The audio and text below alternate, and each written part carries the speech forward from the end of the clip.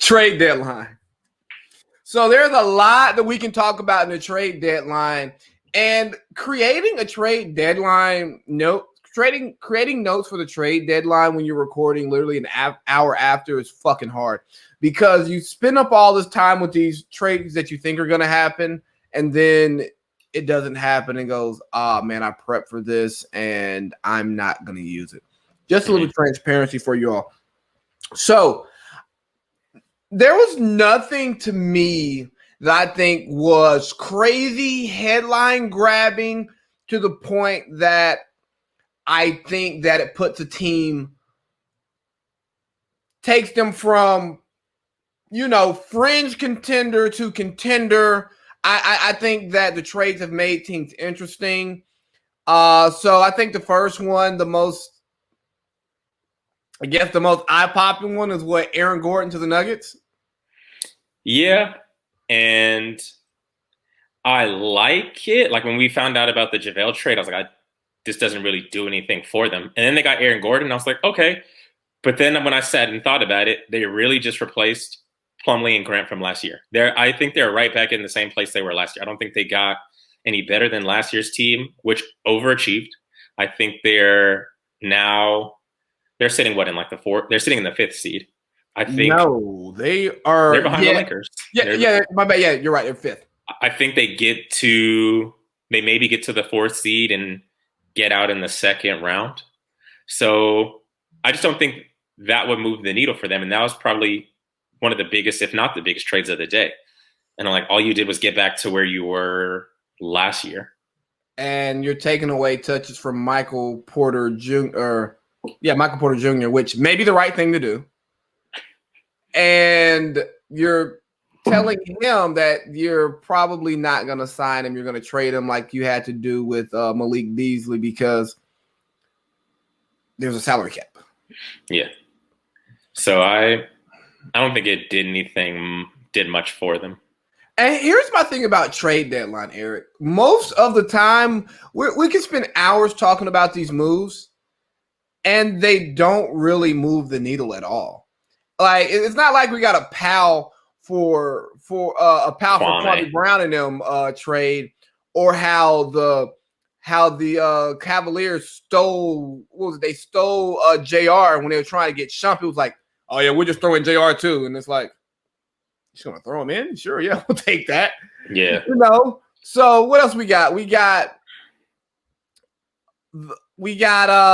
Raptors trading Norman Powell to the Blazers for Gary Trent Jr. and Rodney Hood. So the two Dukies are going to Toronto, and Norman Powell, who's averaging like a quiet 17, goes to the Blazers. And again, I think it makes the Blazers better. I think. Does it? Like when I saw the trade, so Norman Powell's playing at 19, 3, and 2. He's shooting well from the 3. And then I saw it and I was like, why would they give up Rodney Hood? And like, I will always hold on to hope that Rodney Hood is going to come out and be the next big thing. He's got a smooth shot. It's for some reason just not going right now, but his shot is good. He's like a lengthy 6'8" wing. So I will forever hold out hope that Rodney Hood is going to be the Rodney Hood we've seen of him like at his peak. But he's a Dookie and he's left-handed, Eric. We can't help but love him. He's scoring 4.7 points a game. He's got not even 2 rebounds and just over 1 assist. So like, his numbers are awful. I get that move. I'm always going to hold that hope. But when I saw it, I was like, of all people to get rid of, why Rodney Hood? And then I saw Gary Trent's numbers, and his numbers are lower than Powell's. He's 15, 2, and 1. He's shooting 39% from 3, damn near 40%. So like, his numbers are good. I just think they traded for the same guy. Like, Norman Powell's numbers are slightly better, but oddly more is required of him on the Raptors. It's like a 4-headed monster of him, Siakam, who I think has regressed, Kyle, and Fred VanVleet. If they got VanVleet, I'd be like, that's a significant move. But I think Gary Trent for Powell, because I think Gary Trent can go into Toronto and average that many points. So I think it was the same thing. Yeah, I didn't see either team getting better. I guess maybe Norman Powell can score differently than Gary Trent. That's the only thing I can think of is like how you get the points. Victor Oladipo, who turned down the extension from the Rockets, going to the Heat for Olynyk and Bradley in a pick swap.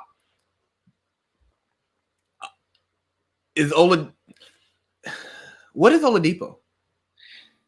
And that's the thing. I like it if Oladipo can somehow like turn back the hands of time. If he's pulling the James Harden and comes out of Houston and is like, gotcha, bitch, just like James Harden did, then like this is a great trade for Houston. But if he's in Miami and looking like what we've seen this last year, then it really didn't do anything. And I get it, holding on hope, like what is Kelly Olynyk really giving you? And if in the off chance Oladipo does still have some Oladipo left in the tank, it's a great move. But I just don't know if Pat Riley and them will be able to unlock that. I think it might be gone. I like them not having to give up Duncan Robinson in the move. I think that the big thing that I was looking at is, do they keep Robinson? Do they keep Hero? And whatever move they're going to make? Because when it was rumored that they were going after Kyle Lowry, Duncan Robinson, Tyler Hero was probably going to be the piece that would have made that move happen. And they're like, nah, bro, you can get Duncan. We're not giving you Hero for a 35-year-old on an expiring contract. No, I got it. And I get why if you're Toronto, you're saying, give me Tyler Hero. And I get them being like, you can take Duncan Robinson. But I think keeping Hero, keeping Duncan Robinson, and adding Oladipo, I think that's huge. Potentially, if Oladipo is Oladipo. If you're giving up Duncan or Hero, you got to get a Kyle Lowry level player. Okay, so keeping it with Kyle Lowry, the Sixers added George Hill. And I'm always unimpressed by George Hill. That's actually funny because I've been impressed by him and unimpressed at the same time. I like George Hill, and George Hill will have spurts where it's like, oh, this is why they got George Hill, and then other times it's like, damn, like what is George Hill doing? So I like the move, but that one also it just hinges on a lot. Like which George Hill are we going to get? I like that he can handle the ball. I'm not expecting him to go out and get 8-9 assists, but he can handle the ball. That ball is now not in Ben Simmons' hands. I like Ben Simmons as like a slasher, not in like a pick and roll, like running around, catching the ball, diving to the basket, and then making a pass from there. That second, third pass in the set, I think, is where he excels. And so then just going to the rim. So you don't like Ben Simmons as your primary ball handler and point guard? In transition, yes. If we're in a set, which they do a lot, just because their corner piece is Joel Embiid, no. With you not being able to shoot, people are going to back off you. He's a downhill style player. So I do like George Hill in the one spot now. So oh my God, I wish you were in this other group text because we got to talking about it this morning before the trades happened, right? And Josh was like, do you think that Kyle Lowry makes the 76ers a contender? And I go, yeah. I think that the 76ers, depending on how the games are played, could give Brooklyn a run as is. Yeah, I do too. So if you add Kyle Lowry, you're damn right. I think that makes them a contender and gives them a better chance of beating them. And Josh was just shitting on Kyle Lowry. Yeah. And I'm not a Kyle Lowry guy. I'm not either. Ever since he went to Toronto, I haven't been. Or actually, the last couple of years in Toronto. But I have to respect what he's done. He's probably going to be a Hall of Famer. He's going to be a Hall of Famer. It's the NBA. True. And he's like, they already have a point guard. They have Ben Simmons. And I'm like, yes, they have Ben Simmons. And Ben Simmons can run the point. He has the skill set to run the point. But I don't want Ben Simmons as my point guard. I want Ben Simmons, like you said, as that slasher and that dunker role, you know. Hey, I would like to run a pick and roll with Ben Simmons as my role man. Yeah. And I love Ben Simmons catching the ball, like already moving, and then he makes a pass from there. He has the playmaking. He has the vision to bring the ball up the court, but that's not what you want. Like, yes, can he? Yes. Should he? No. And a lot of people are like, but he can do it. But that doesn't mean he should do it. Right. And he's not being his best self while he's doing. There's other things that he can do. And if you added, I think if they added Kyle Lowry, that's not my favorite to come out of the East. Like, I wouldn't be surprised if they lost to Brooklyn, but I don't think that's. I think that's a very tough series for them if Philly had added Kyle Lowry. Are you shocked Lowry didn't move? Not at all. Just with what they were asking for him, like you said, he's older now, got an expiring contract. Who's going to make that move? Nobody. I'm curious to see what they're going to try to cook up at the during the summer, because I can't imagine that they're just going to let the asset walk away for nothing. Yeah, it'll be interesting to see. And Masai is a smart dude, so I'm sure he's got some sort of contingency plan.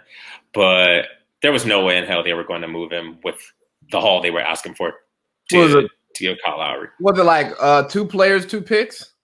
Yeah, you're not getting. You're not Russell Wilson. Stop. You're not getting that. Something else from that trade. Austin Rivers moved to the Thunder. It was a 3-team deal. It was part of the 3-team trade. Yeah. Okay. So we get Austin Rivers with SGA. I've given up hope on Austin Rivers. You watch him play, and it's so nice. It's a bunch of like $1 million moves, $2 finishes, and I'm tired of watching Austin Rivers with what SGA is becoming. I don't like Austin taking the ball from him because he's ball dominant, which is weird because he doesn't facilitate anything. So I don't get that one because SGA needs the ball in his hands. Yeah, and the Bulls, they low-key got away with highway robbery. You think so? Yeah. Let me see. I'm trying to find that trade. Fucking the Vucevic and Aminu to the Bulls for Wendell Carter and draft pick. I'm just trying to understand, and I think they also Otto Porter moved also, but I don't know if it was in that trade or not. But he moved to the Celtics, right? Or no? Fournier moved to the Celtics. You got rid of Wendell Carter Jr., who I like. Wendell Carter Jr. is a good player, but you got back an all-star.